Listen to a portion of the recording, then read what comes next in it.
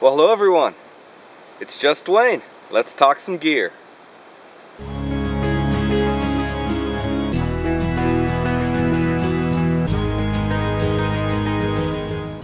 Well, hello everyone.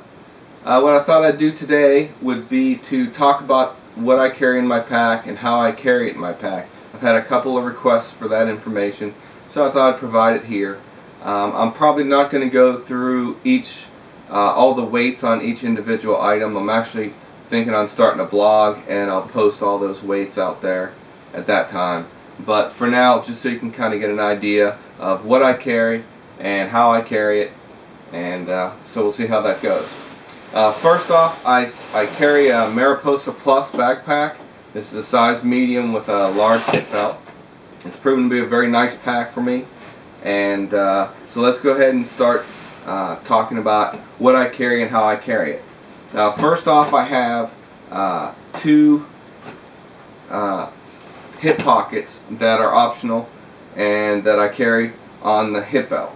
So on the right side, I carry my survival kit, first aid, and kind of what I'm going to do is I'm going to go through each of the major systems first. As I unload them, I'll just kind of describe what they are, and then I'll talk about each individual one separately. Okay, so kind of this is the overview of all the different systems. So first off, I carry handy, I keep some survival equipment and first aid equipment and sunscreen, that kind of thing. I keep that handy in a pocket. I keep my headlamp in there, LED headlamp. I keep my compass in there as well. On the left side, these items I actually stuck in there so that I wouldn't forget to show them. But my small Leatherman tool, this is a Leatherman Squirt PS4, I believe. Yep, Squirt PS4, very light, and I carry this in my pocket. I carry a little lighter, a mini Bic in my pocket. I'll carry the map in my pocket. Inside this, I carry, this is an Azula knife. It's a fixed blade knife that I wrap some paracord around it. It's very light, a couple of ounces. If I'm doing just longer treks, I probably won't take it, but I tend to do a lot of hiking and then camp, and I have a campfire, and it's convenient for me I like to have it, because I've even been able to baton wood and stuff for fires with this. It's been very, very handy, and I keep it around the neck cord. So sometimes I'll even hike with it around my neck, and then I just totally even forget it's there. I've actually didn't plan to do that, but around camp I'd have it around my neck, and when I started packing up to go, it just stayed there and I forgot all about it.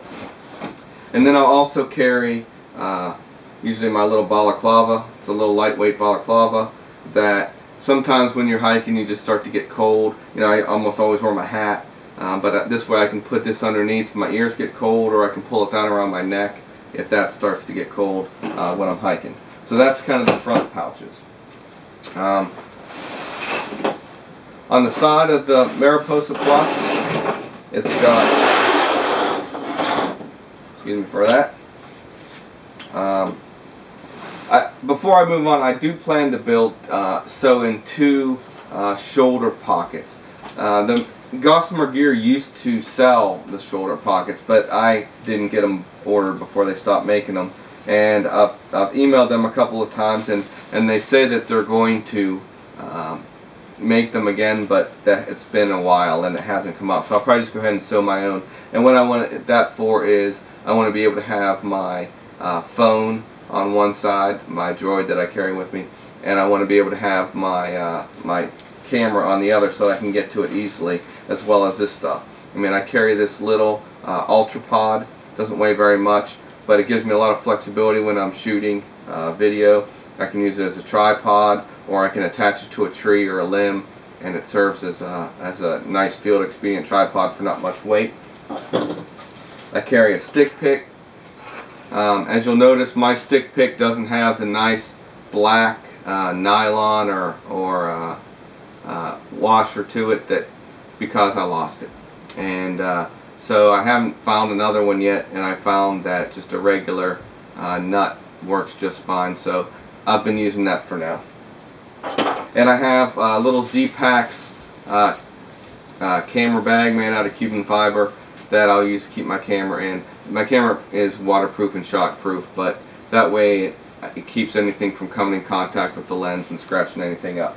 So again, those I plan on having on the shoulder straps. As we move around, on the right side as you're wearing it, it's got two nice pockets.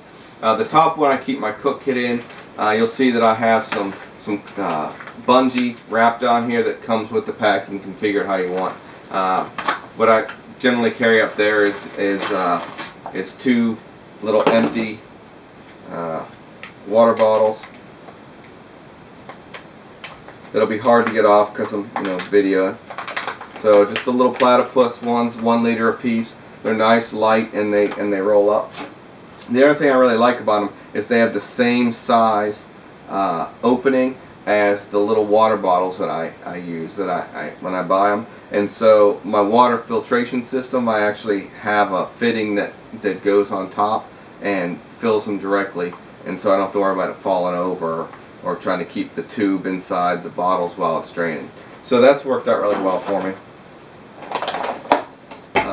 For my water bottle, I only carry just the light little crinkly water. They seem to hold up pretty well. They're surprisingly durable and they weigh almost nothing, and I can just change them out every time from trip to trip, so I don't have to worry about them getting nasty.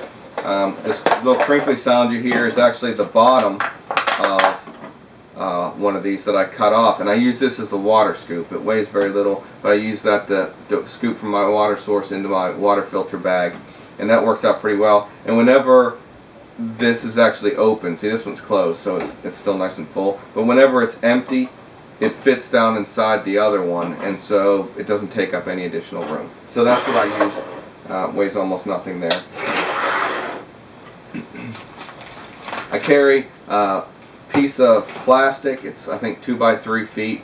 Doesn't weigh very much, but I keep it handy so that whenever I get to a rest stop, I can reach behind, I can pull out the piece of plastic and lay it on the ground, and then I can take my pack off and lay it on the plastic and not have to worry about my pack getting dirty or my stuff getting wet.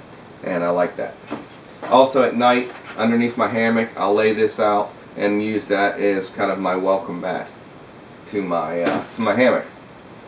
And also I carry a bandana so I can reach back, I can wipe it. I got the red, white, and blue going, so I feel all patriotic, and I just like having access to that so I can wipe sweat, or the millions of reasons why we use bandanas on the trail. Okay, the top pocket I pretty much use for my cook kit. I have a couple of ways that I carry my alcohol. If I'm going out for a couple of days, I got this this bottle. I don't remember where I found it. I found it online, and you've probably seen a number of bottles of this type. You pour the alcohol into here, and then whenever you're ready to use it, you pop this up, and you can squeeze it, and it's marked for 1/4 ounce and 1/2 ounce, and so you mark it to where you want it, and then pour that into your stove. And I find that to be very convenient and handy. This holds I believe 8 ounces. Yeah, 8 ounces. So that will take me for as long a trip as I generally do. I do have in here, if I'm just going out for an overnighter or maybe a day and a half, 2 days, I have a small bottle of alcohol, and I can use that instead to save a little bit of weight, particularly if I'm going to use the wood option on my bush cooker. So if I plan on cooking my dinner using small sticks and wood instead of alcohol. In the morning I almost always use alcohol because I don't want to mess around with it, but at nighttime sometimes it's fun. So it just depends on what I'm planning to do there. I have a small steak bag. It's a Z-Pack steak bag, and it kind of sits up with the cook system because in addition to these lightweight titanium steaks that I carry, there's actually 2 additional ones in there that I use as part of my cook system to hold up the windscreen. So I keep it there so that it's handy whenever I want to cook. And then finally, in the rest of that pocket, I have the rest of my cook system. And again, I'm going to talk about each of the systems individually. On the left side, like I said, I am a hammock camper and I like to keep my hammock handy. So you'll see it slips in and out nicely. And when I have my bag closed up, the whoopee slings, which are the suspension system for my hammock, stick outside of the bag. And what's nice about that is because of the suspension system, they stick out from under the tarp, and sometimes they'll get wet if it rains. So I like that I can stick them down below, and they're not packed up with the rest of my hammock, potentially getting stuff wet. So that's my hammock system.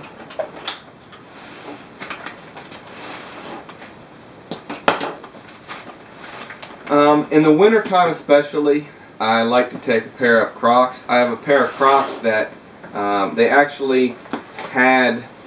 they used to have, well, first you can see I just keep them underneath the bungee cords, but I also keep a big S-beaner that I attach them to the big S-beaner so that they don't fall off and I don't get to camp and realize that I only have, one Croc, which would be a bummer. So, but you'll see that these Crocs are a little bit different. These actually came with some kind of a fleece inside. They were meant to kind of be winter, and it seemed kind of cool, but it didn't really work out for me too well. But when I pulled the fleece out, because it's made for winter, the holes around the Croc are closed off, and so it works nice. I can wear my down booties with my little covers inside here, and I don't have to worry about anything poking me up to the bottom. It helps keep my feet warm and lets me take my boots off. In the winter, I'll wear lighter weight boots.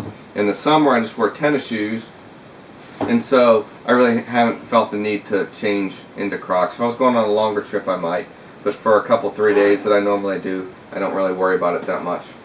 And I keep a couple little S-beaners, things I can hang off my lines and hang the pack up, and those kinds of things. Like I said, I carry an umbrella. This is a Go Light umbrella, and I got it with the Mylar cover so that you can use it as a sunshade. Again, I live in the South, so sometimes, well, a lot of times it gets pretty hot, and if you're going over an open space, sometimes it's nice to pop that up and kind of walk the shade with you. So I carry that, and I like it, and I don't like getting rain on the back of my neck when I can avoid it, and because it's so hot, wearing a rain jacket a lot of times just, you get so hot, it's not worth it. And this is actually a recent purchase. I haven't used it outside yet, but this is a Go Light raincoat. It's that 2.5 layer Pertex, I believe it's called. It's pretty lightweight, and up till now I've been using mostly some non-breathable stuff. I thought I'd give it a try as far as that goes, and in the winter time especially, it's nice to be able to add that as an outer layer.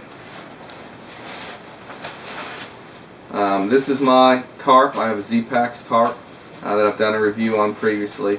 I've also done the review on the hammock previously, so if you're interested in that, they're out there. I go into great detail, probably more than you ever wanted to know detail, but that's my tarp. And then the rest of the front, this is a little Z-Packs pouch I carry that has my tree huggers in it. I carry 4 tree huggers, 2 for my hammock and 2 for my gear hammock or camp seat. And again, I talk about those in pretty good detail on the videos that I made about those pieces of equipment. This is my DIY camp seat, pack cover, signaling device, gear hammock. I use it for pretty much everything, and it weighs very little, and you can see I like to keep it handy. And then the last thing I keep on the outside, just because a lot of times this will be wet, is for my bear bag. Since I don't really live in bear country, this is an Ursack Minor. The regular Ursack is supposedly bear proof. This one is a lighter weight version. It's not bear proof, but it is supposedly rodent proof and raccoon proof and that kind of thing. So I put my food in there, I tie it up, and when you tie it properly and tie it to the tree, animals supposedly can't get to it. I haven't had any problems yet, so we'll just assume that it's working. Okay, let's get to the inside of the pack.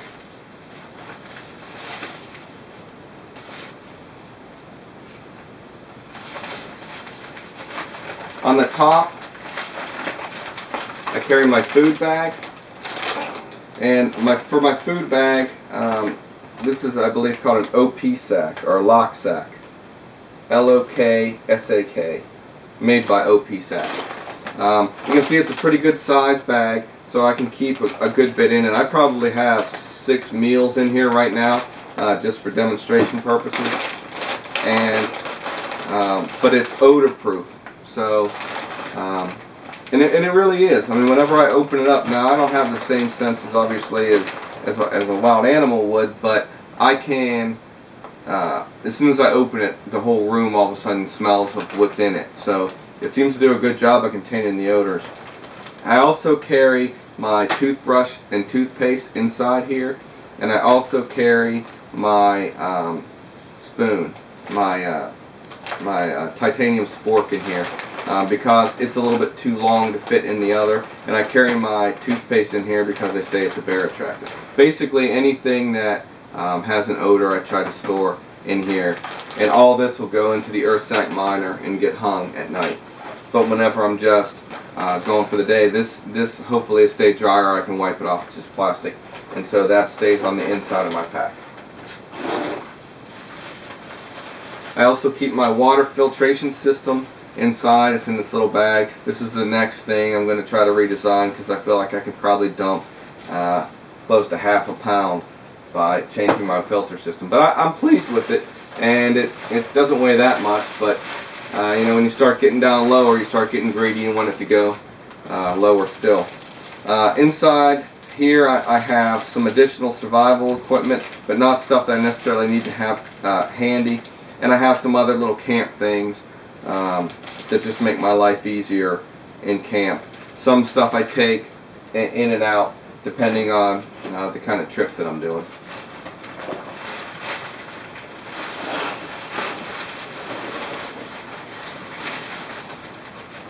This big bag right here is my top quilt, and because it's winter time, it's a lot of my camp cold weather gear. So it's got you know, so my insulated pants and my insulated parka, those kinds of things, but it fits nicely in there, and I don't need that stuff until I get to camp, so I like to keep it all in one little Cuban fiber dry bag. And these are mountain fitter bags. This is the extra large, I believe, either the large or the extra large.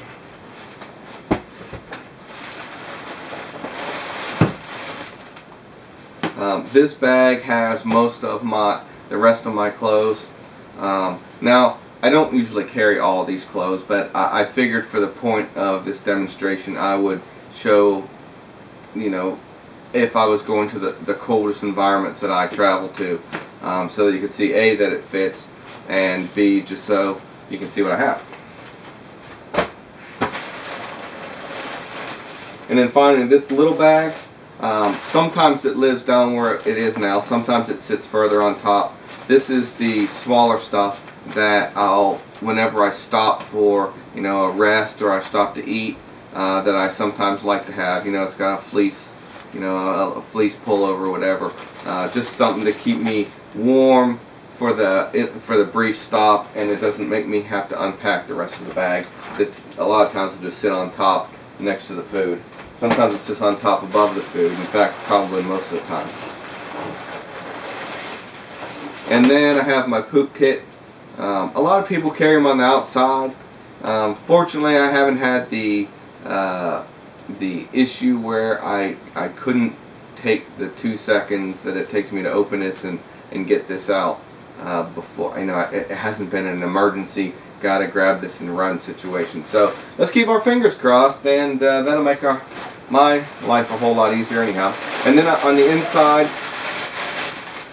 I carry just a plastic bag liner, and it helps keep the entire thing waterproof. So I keep everything inside waterproof dry bags, and I keep that whole thing inside of a bag. And then sometimes I may or may not put a pack cover on. I really haven't, but now that I've made one that's multi-use, I may try it. Okay, one other nice feature of my pack, and one that I take advantage of all the time, is that the back support, the back cushion of my Mariposa Plus actually comes out and becomes a sit pad. And I find that to be very convenient. I like the fact that it's outside, so when I stop, I can pull it out when I want to. And I actually also made a small plastic and duct tape cover for it, so that if it's rainy or just kind of nasty, I can put it around here. I can sit on that and not get my back pad dirty. So I like that a lot. So again, I plan to put all of the weights of the various components out there, and I plan to cover the individual systems that I haven't covered on earlier videos separately, so that if you're interested in them, you can look at the ones that you're interested in. I will say that you know, I don't claim to be any kind of expert, and again, this is probably the heaviest load that I will take out. It comes to about 17.8 pounds of what I consider base weight. That's not counting the water, but it's pretty much counting everything else. I haven't taken the time to break down, you know, a lot of folks take out the weight of the first aid equipment, and you know, because they say that's, you know, expendable, and a bunch of other stuff. I didn't count any of the food, and I didn't count the water, but I pretty much counted everything else, whether it's expendable or not. It's close enough for me. I'm not necessarily trying to get down to be you know, a certified ultralight camper or super lightweight or any of those labels. They really don't mean anything to me. They don't matter to me. But I've tried to take a lot of the techniques that I've learned and seen to try to lighten my load. I want to have what I'm comfortable with, but I don't want to, you know, carry any more than I have to. I have taken every item and weighed it to the gram and listed on a spreadsheet. And that's really helped me make decisions for which equipment is the most effective and efficient for a given scenario that I'm on. If I take out the clothes and a lot of the winter items, my pack gets down to about 13 pounds of base weight, and that's including still the cameras and those kinds of things. If I wanted to drop and go strictly for just a hike, if my objective was to try to put in miles, I can get this down to about 11 pounds by cutting out. Now I cut out Crocs, I can cut out, you know, some of the knives, I can cut out those kinds of things. I generally will carry more clothing than a typical, say, through hiker might for a given condition, because the kind of outdoor stuff I do, I don't really love just going out and trying to knock out big miles. That's not something that really has interested me all that much. I like to hike because I like to be outside, but then I like to kind of, as Shug would say, I like to lollygag. So I'll hike for a while and then I'll just hang out, and then I get to camp, and I like to, you know, I love to go out with friends, and then we'll sit around and maybe have a campfire and just have a good time that way, and just really kind of just hang out. And when you do that, you tend to need more clothing than you would if you were hiking, you stop, you eat, you hike some more, you stop, you set up, and then you go to bed, throw yourself under your quilt, and you know, there's no need to have the kind of colder weather night stuff. But I tend to stay up late and like to do that. So this is my pack. This is some of the stuff in my pack. Again, I'm going to go through the systems, but thanks for watching. Thanks for subscribing. I look forward to any comments. I'd love to hear what you think. I'd love to see what's in your pack. I learned so much from the other folks that have posted their videos before, and hopefully it'll help someone maybe figure out what they should have in their pack. So I'd look forward to seeing your comments, look forward to seeing your videos, and look forward to seeing you again on the trail.